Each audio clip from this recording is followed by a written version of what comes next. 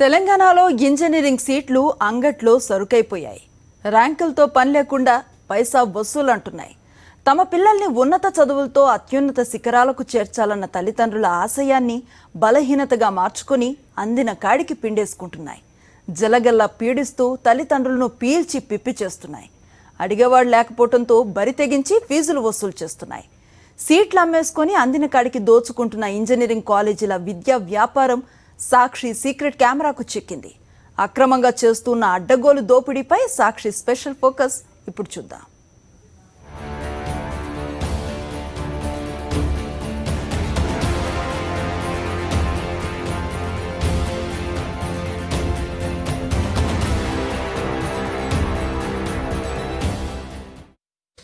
Corona కాలంలో చదువులన్నీ వాయిదా పడ్డ తెలంగాణలో ఇంజనీరింగ్ కాలేజీలు కొత్త వ్యాపారం మొదలుపెట్టాయి.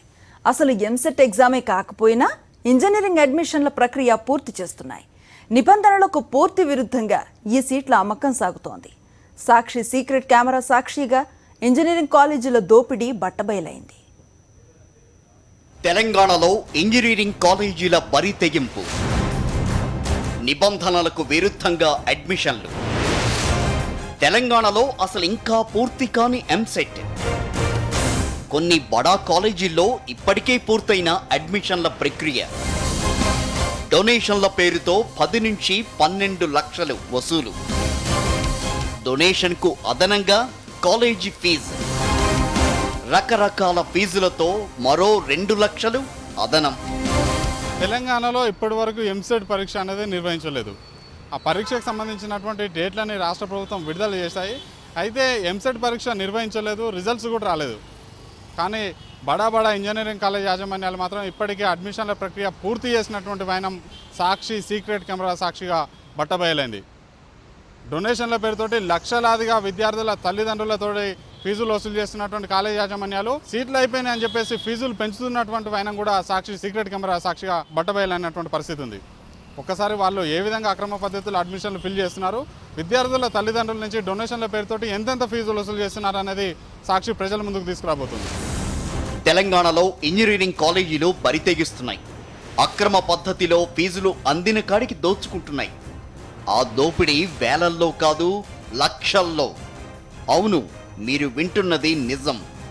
అక్షరాల లక్షల్లో. ఈ స్థాయిలో దోచేసుకుంటున్న, సీట్లు అక్రమంగా అమ్మేసుకుంటున్న పర్యవేక్షించాల్సిన అధికారులు మాత్రం ఎప్పట్లాగానే ప్రేక్షక పాత్ర పోషిస్తున్నారు.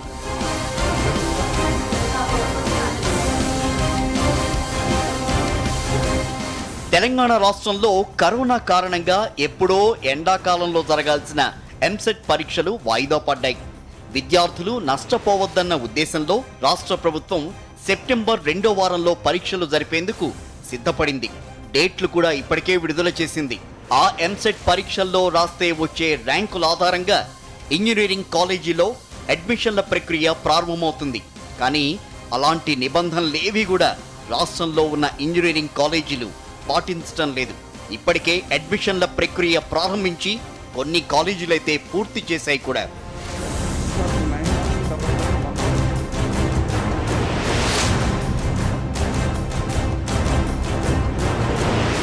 ఇది శ్రీనిధి ఇంజనీరింగ్ కాలేజీకు సంబంధించిన అడ్మిషన్ల ప్రక్రియ కొనసాగిస్తున్న కార్యాలయం. ఈ కార్యాలయం దోమలగూడలో ఉంది. ఎన్టీఆర్ గ్రౌండ్స్కు ఎదురుగా ఉన్న గల్లీ కేంద్రంగానే అక్రమ పద్ధతిలో అడ్మిషన్ల ప్రక్రియ కొనసాగుతోంది. నిబంధనలకు నీళ్లొదిలి ఇంజనీరింగ్ అడ్మిషన్ల ప్రక్రియ మొదలుపెట్టింది శ్రీనిధి ఇంజనీరింగ్ కాలేజ్. బ్రాంచ్కో రేటు నిర్ణయించింది. డొనేషన్ల పేరుతో మరింత దోపిడీకి తెరలేపారు. సిఎస్సి బ్రాంచ్కు ఈ కాలేజీలో 10 లక్షలు ఫీజు కింద నిర్ణయించారు. ఇక ఐటీకైతే 6.5 లక్షలు, ట్రిపుల్ఈకైతే 4.5 లక్షలు, సివిల్కైతే 2.5 లక్షలు అన్నమాట. ఈ కాలేజీలో చీప్ సీట్ అంటే 2.5 లక్షల ధర ఉన్న సివిల్కు. 2.5 లక్షలంటే మీకు చీపా? అవి సంపాదించాలంటే పేద కుటుంబానికి జీవితకాలం పడుతుందని అనుకుంటున్నారా? ఆ కాలేజీలో ఉన్న రేట్ల గురించి వారి మాటల్లోనే వినండి. Okay sir. One lakh sir. Okay sir. అంటే 1 ల్యాక్ 1.5 1,30,000 సార్ అది? ఎవరైనా హాస్టల్ ఫీజు ట్యూషన్ ఫీజు పెట్టుకోవాలి. Okay sir. ఈ registration miscellaneous uniform only first year ఉంటుంది. First year okay sir. ఇది ఉంటుంది ఫీజు ఉంటుంది. 10 వరకే సార్? ఆయన 10 కొంచెం మీరు కూడా ఒక మాట చెప్తే మంచిగా. అప్పుడే ఫిల్అప్ అయిపోయినాయి సార్. 90 సెట్లు లేదు సార్. అదే 90 సెట్లు ఎంతసేపు? అదే. 8-7 months బ్యాక్ కదా. అదే సివిల్ ఎంత ఉన్నా సార్? సివిల్ ఉంది. అయితే ఇక్కడ గమనించాల్సిన విషయం ఏమిటంటే ఇక్కడ సిఎస్ఈలో సీట్లు లేవని అప్పుడే నిండిపోయాయని చెప్తారు. మరి ఎలా సార్, మా బిడ్డను మీ కాలేజీలో చేర్పించాలని మేము ఎక్కడి నుంచో వచ్చామని సాక్షి ప్రతినిధి ప్రాధేయపడితే చిన్న చిట్కా అంటూ గుండెలెదిరిపోయే ఐడియా ఇస్తారు. మీరు అంతగా ప్రాధేయపడుతున్నారు కాబట్టి అంటూ మొదలెట్టి అసలు కథ చెబుతారు. ఓ విద్యార్థి తండ్రి సీటు వద్దనుకుంటున్నాడని ఆయనతో మాట్లాడి మీరు ఆ సీటు తీసుకోండి చెబుతారు. అది కూడా 10.5 లక్షలకైతే నేను అతనితో మాట్లాడతానని షరతులు పెడతారు. అది కూడా వినండి. మరి ఇప్పుడు ఎంసెట్ లో మంచి ర్యాంక్ వస్తే సీట్ క్యాన్సిల్ కాదు, రిఫండ్ కాదు. ఎందుకంటే ఈ డబ్బులు వేరే వాళ్ళకి ఇచ్చి తీసుకుంటున్నాను. అదే సార్. అంటే మొత్తం కట్టాలా సార్? 10 lakhs. ఇప్పుడు నారాయణ రెడ్డి అని సార్ కరీంనగర్ అంట, సిఎస్సి కావాలంట. అది నేను అది చెప్పాను, ఇలాగా 10.5 అన్నాను సార్. అది 10 వరకు ఉన్నాడు రెడీగా. ఆయన పేరు నారాయణ రెడ్డి, స్టూడెంట్ పేరు P Deeksha, daughter of P Narayana Reddy.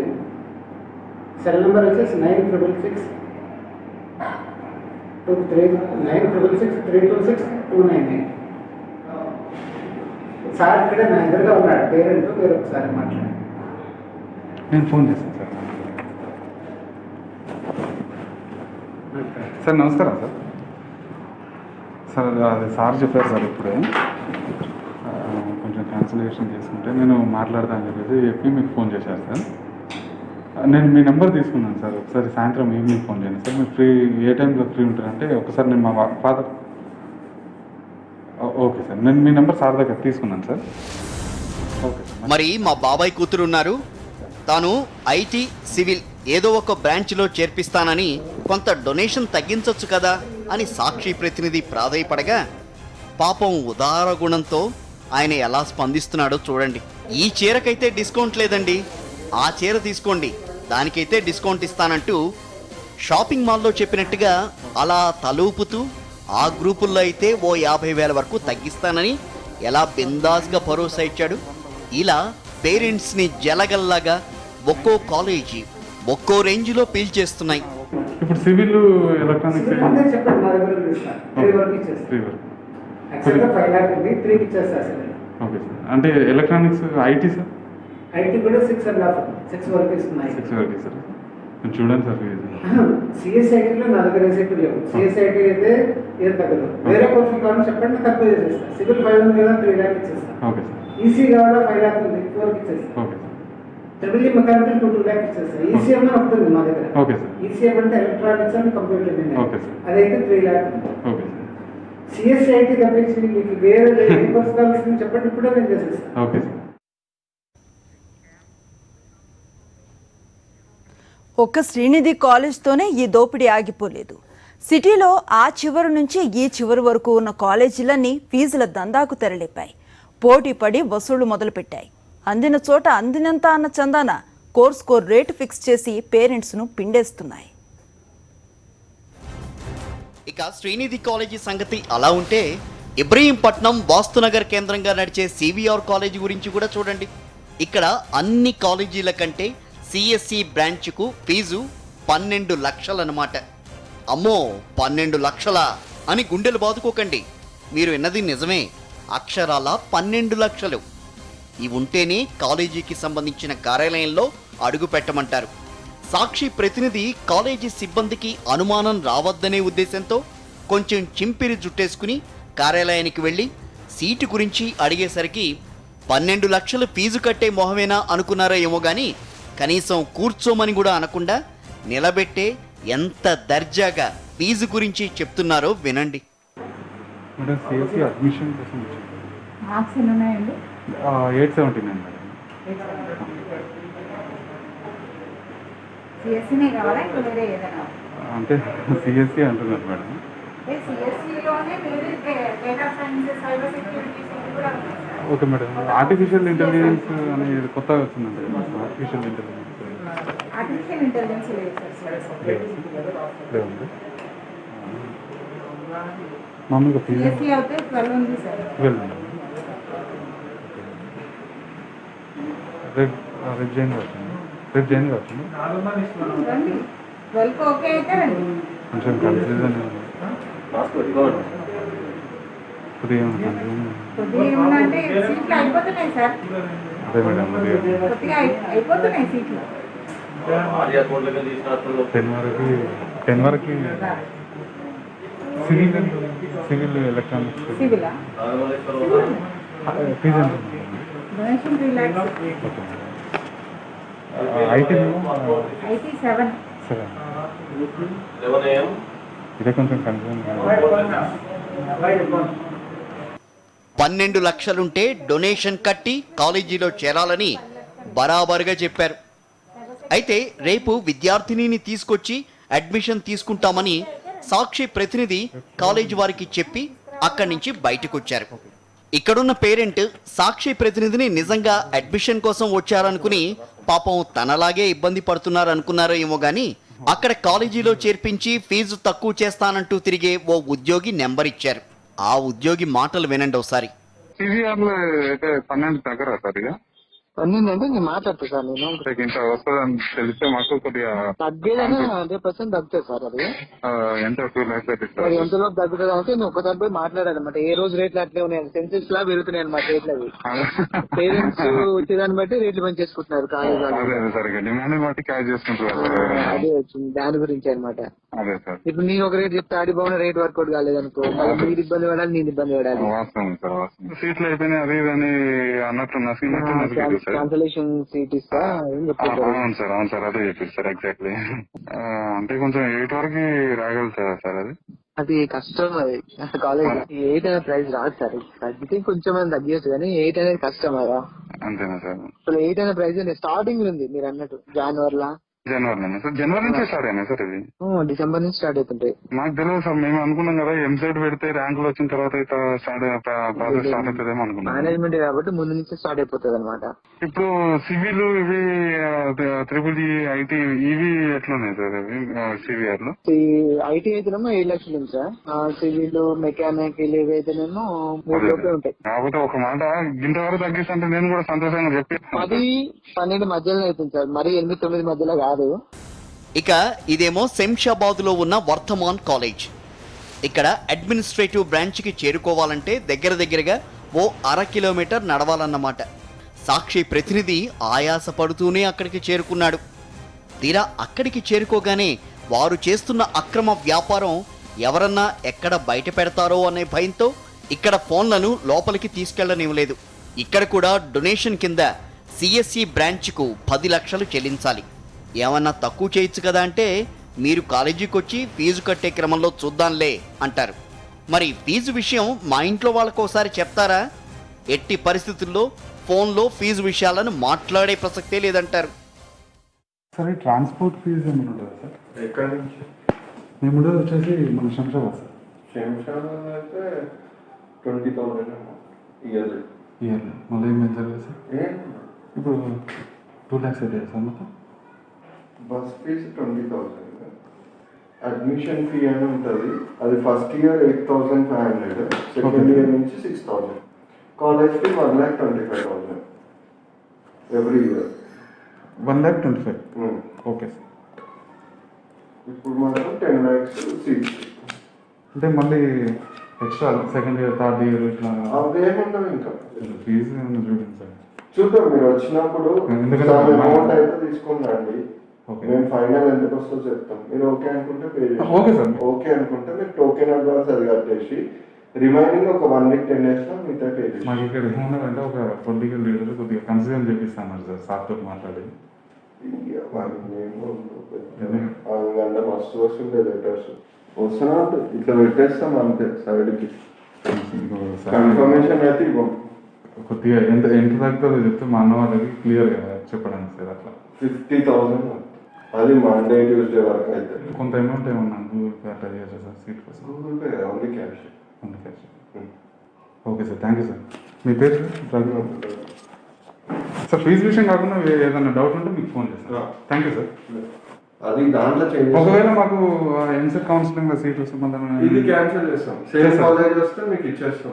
వేరే కాలేజ్ వస్తే మళ్ళీ వేరే వస్తే మీరు వేరేది అనుకుంటే దీనికి కట్టకండి. Okay sir.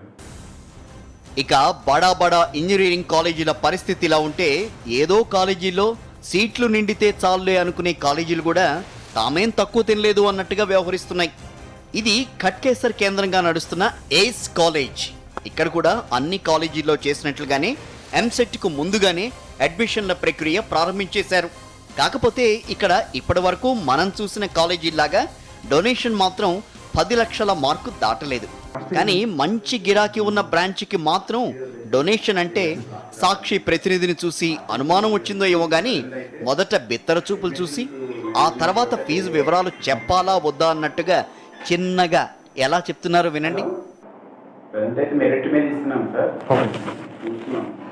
ఇంకా ఫీజ్ స్ట్రక్చర్ లేదు, ఫైనాన్స్ చేయలేదు. అంటే మామూలుగా అయితే కౌన్సిలింగ్ ఫీజ్ 82,000. 82,000. మళ్ళీ డొనేషన్ ఫీజు అట్లాంటివి ఉండదు సార్? అది ఇంకా అప్పుడే కాదని చెప్తాం. ట్రాన్స్పోర్ట్ ఉంది. మేము రామంతపూర్ దగ్గర ఉంటాయి, ఉప్పల్కి రామంతపూర్ మధ్యలో ఉంటుంది.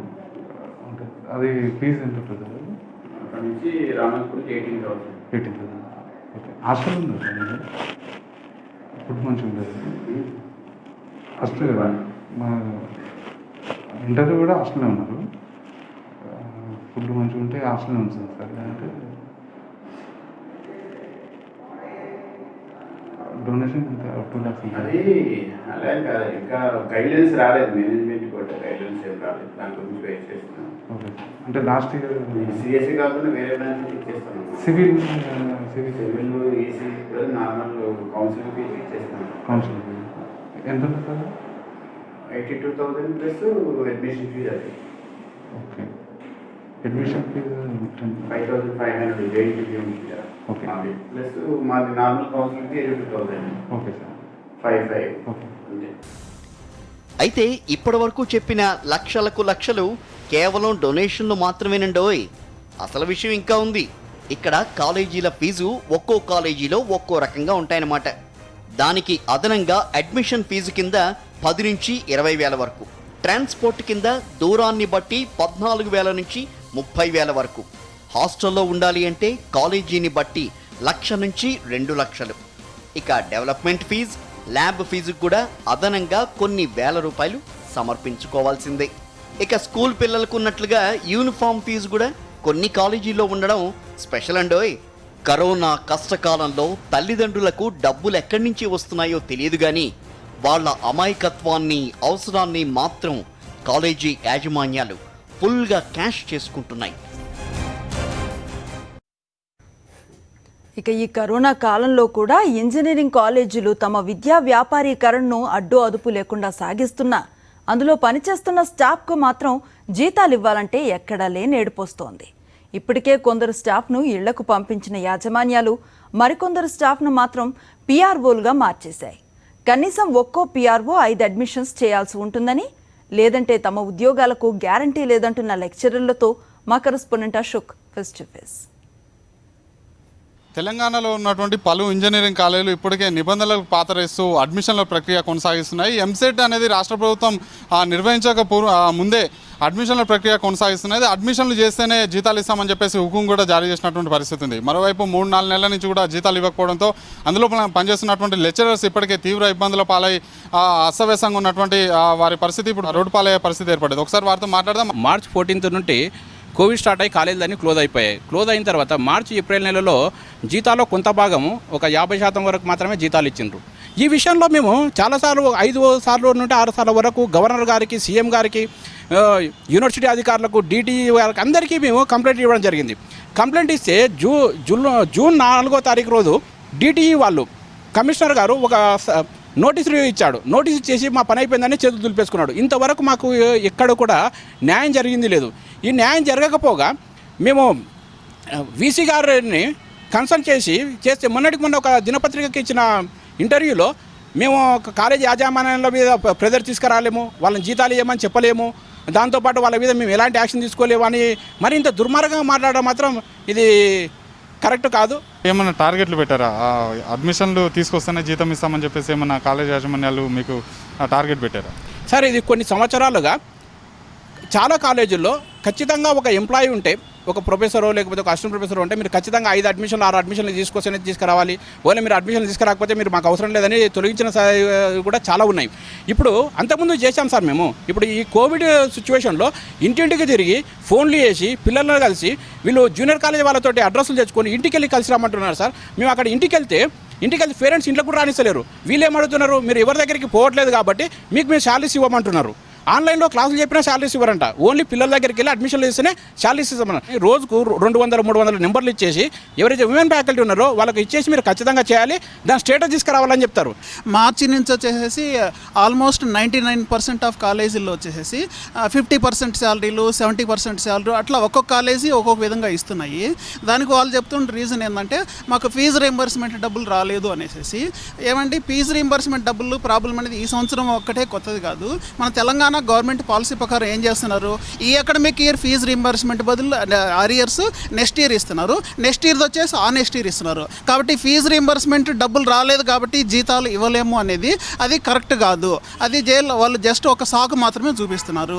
రెండో పాయింట్ వచ్చేసి వీళ్ళు 50% శాలరీస్ ఎలా ఇస్తారండి? వాళ్ళు ఫీజు వచ్చేసి స్టూడెంట్ దగ్గర ఫీజు 12 నెలల శాలరీ, 12 నెలల ట్యూషన్ ఫీజు తీసుకుంటున్నారు. 12 నెలల ట్యూషన్ ఫీజు తీసుకున్నప్పుడు మరి ఈ నెలలకు వచ్చేసి 50%, 70% అది జీతం అనేది చాలా అన్యాయము. ఎంసెట్ అడ్మిషన్ తీసుకొస్తేనే మీకు శాలరీ ఇస్తామని కొన్ని కాలేజీల్లో ఉన్నాయి. ఇప్పుడు నల్గొండ సైడ్ కానీ, కరీంనగర్ సైడ్ కానీ, నిజామాబాద్ సైడ్ కానీ ఆ కాలేజీలో ఏంటంటే మీరు ఒక్కొక్క ఫ్యాకల్టీ వచ్చి 5 అడ్మిషన్లు తీసుకురండి, 6 అడ్మిషన్లు తీసుకురండి. ఈ అడ్మిషన్ తీసుకొస్తే మీకు ఇంత శాలరీ, ఒక అడ్మిషన్కి 5,000 ఇస్తాం మీకు, ఒక అడ్మిషన్ 4,000 ఇస్తాం మీకు, ఒక మెకానికల్ తీసుకొస్తే 10,000 ఇస్తాము, ఒక సిఎస్సి తీసుకొస్తే 3,000 ఇస్తాము. ఇట్లా ఈ పథకాలు పెట్టేసి ఫ్యాకల్టీని మొత్తం ఎట్లా అంటే ఒక క్లర్క్గా ఒక పిఆర్ఓగా తయారు చేస్తున్నారు. ఒక ఎంటెక్ చేసి ఒక పిహెచ్డి చేసి ఈ పనులు చేసుకుంటూ పోతే ఇక జీవితాంతం ప్రతి ఒక్క ఫ్యాకల్టీ వేరే ఉపాధి కోలుకుంటున్నారు. 4 నెలల నుంచి అరకొర జీతాలతోటి కుటుంబాలు ఆర్థికంగా చితికిపోయి ఇప్పటికే అనేక కష్ట నష్టాలను కూడా ఎదుర్కొంటామని చెప్తున్నారు. అధికారులకి ప్రభుత్వానికి విన్నవించినా తమ పరిస్థితి మారలేదని, ఇప్పటికైనా ప్రభుత్వం పూర్తిస్థాయిలో జీతం ఇచ్చే విధంగా కాలేజ్ యాజమాన్యాన్ని ఆదేశించాలని చెప్పేసి కూడా వారు కోరుతున్నటువంటి పరిస్థితి ఉంది. వీడియో జర్నలిస్ట్ రమేష్ రెడ్డితో పాషమా షోక్, సాక్షి టీవీ, హైదరాబాద్.